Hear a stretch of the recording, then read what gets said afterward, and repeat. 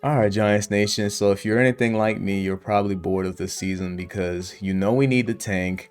But when you watch the Giants, we're so awful that it's just damn near unwatchable. I watched like 80% of the game yesterday, but that offensive line might be just as bad as last year, considering that we've now got injuries piling on to the situation. So we already lost Andrew Thomas, then Jermaine gets hurt.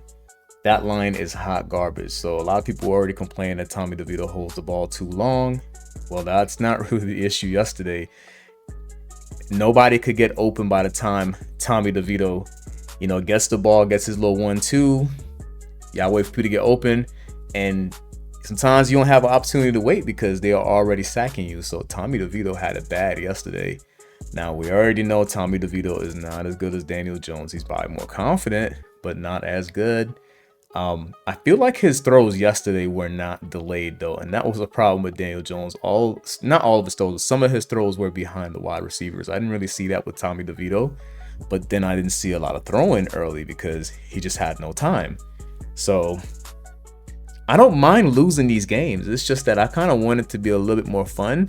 Like I want to see some more Malik Neighbors or Wandell plays. Wandell had a really good catch yesterday that was close to the first down that he had to jump up for it. It was right where it needed to be. But, again, you're not really giving Tommy DeVito a clean pocket. So with that said, it's like, yes, we have to lose, but do we have to lose like this? I mean, Brian Daboll's play calling where he called a wildcat in the red zone where Tyrone Tracy fumbled was depressing. Because why call that play? Why are we getting cute? It makes me feel like I don't mind if Brian Daboll got fired. I wouldn't mind if Joe also got fired because, a lot of people already want Joe fired just for the Saquon Barkley thing, which I don't want him fired because Saquon Barkley went to a significantly better team.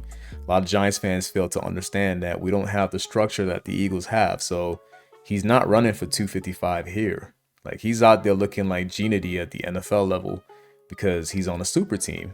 You can call it a super team. I know the Eagles fans won't like that and they shouldn't like that, and that's what I'm gonna call it a super team because y'all motherfuckers better lose.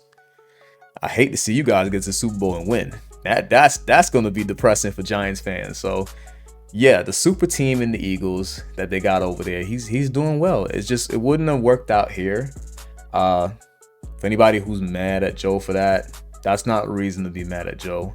Not even paying Daniel Jones. That's not a reason either. That's all from the top guys. You guys need to be more upset about John Mara, man. John Mara just seems to be getting off so clean in this whole situation. I mean, some people are upset that he allowed Daniel Jones to get released and not, spend the whole year here. But same people who are upset with that didn't like Daniel Jones and didn't want him to start. So why do you care if he's gone? But yeah, this team looks terrible. It looks unwatchable. We're gonna play the Cowboys, and initially I thought the Cowboys were a winnable game. I thought Tampa would be a winnable game, but I didn't think the defense would be that bad. I didn't think the offensive line would be this bad, because it's not really just like Tommy DeVito's not that good. That's not really the issue. It's the line and the defense.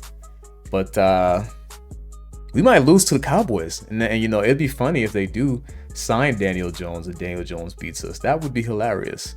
But yeah, this team right here is it's not just a quarterback away. I've seen a lot of content creators say, oh, duh, we look bad because we need a quarterback.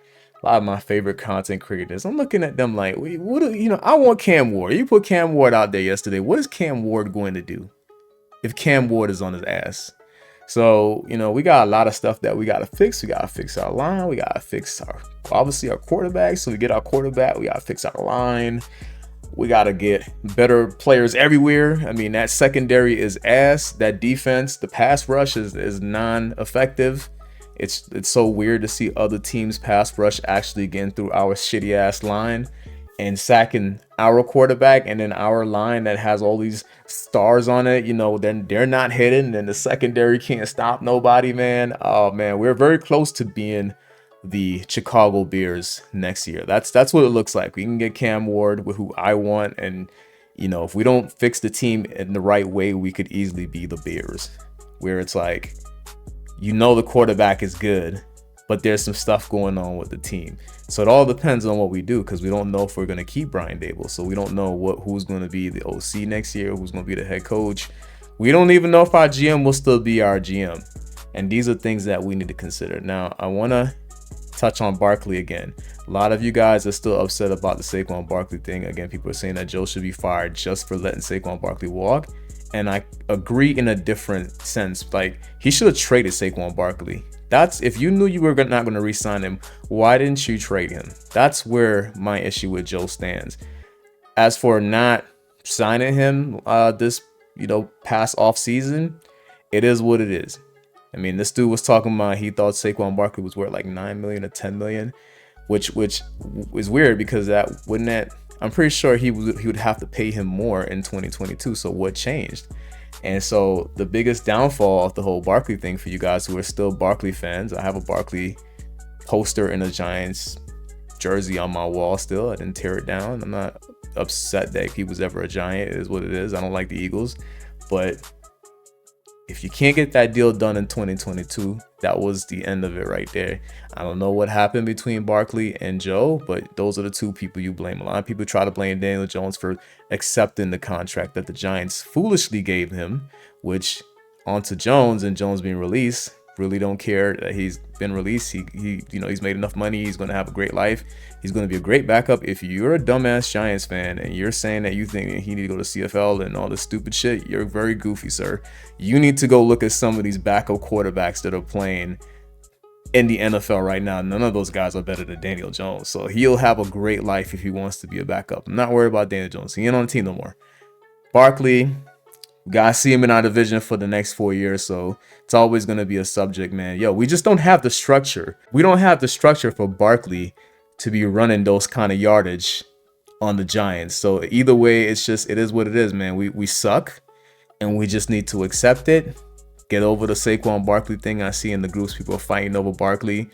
People still arguing about Daniel Jones, which I don't understand. I think this might be the last time I reference Daniel Jones unless he signs to a team that we're about to play.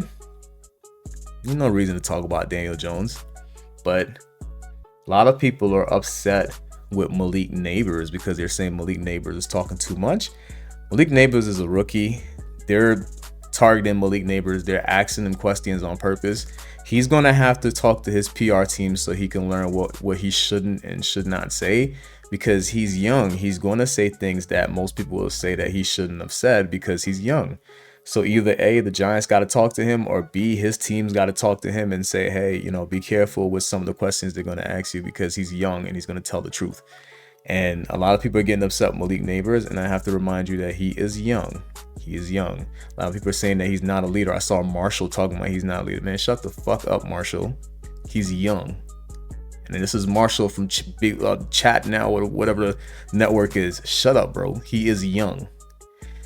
There's also a chance that we bring in a wide receiver one next year, like T. Higgins, and he has more years on Malik Neighbors. He can learn under T. Higgins, who's been in the NFL for a while. Also, your new quarterback can be your leader next year. So we're not worried about Malik Neighbors being the leader. So Marshall's so goofy for saying that one. But I don't know. It's going to be a rough season. If that line is going to be that horrible the entire season and the defense is going to be this bad, there's nothing fun to watch with the New York Giants. I don't mind losing, but make it fun, man. Anybody else agree with me? And also, what quarterback you guys want? Because my next video is probably going to be about Cam Ward and Deion Sanders. I prefer Cam Ward. I don't see the excitement with Sanders, but y'all let me know below. What do you guys think about Cam Ward and Sanders? Like, who do you guys want? And then also, is anybody upset with Malik Neighbors? Because I know I'm not. Do y'all want Daboll fired and Joe fired? Let me know in the comment section.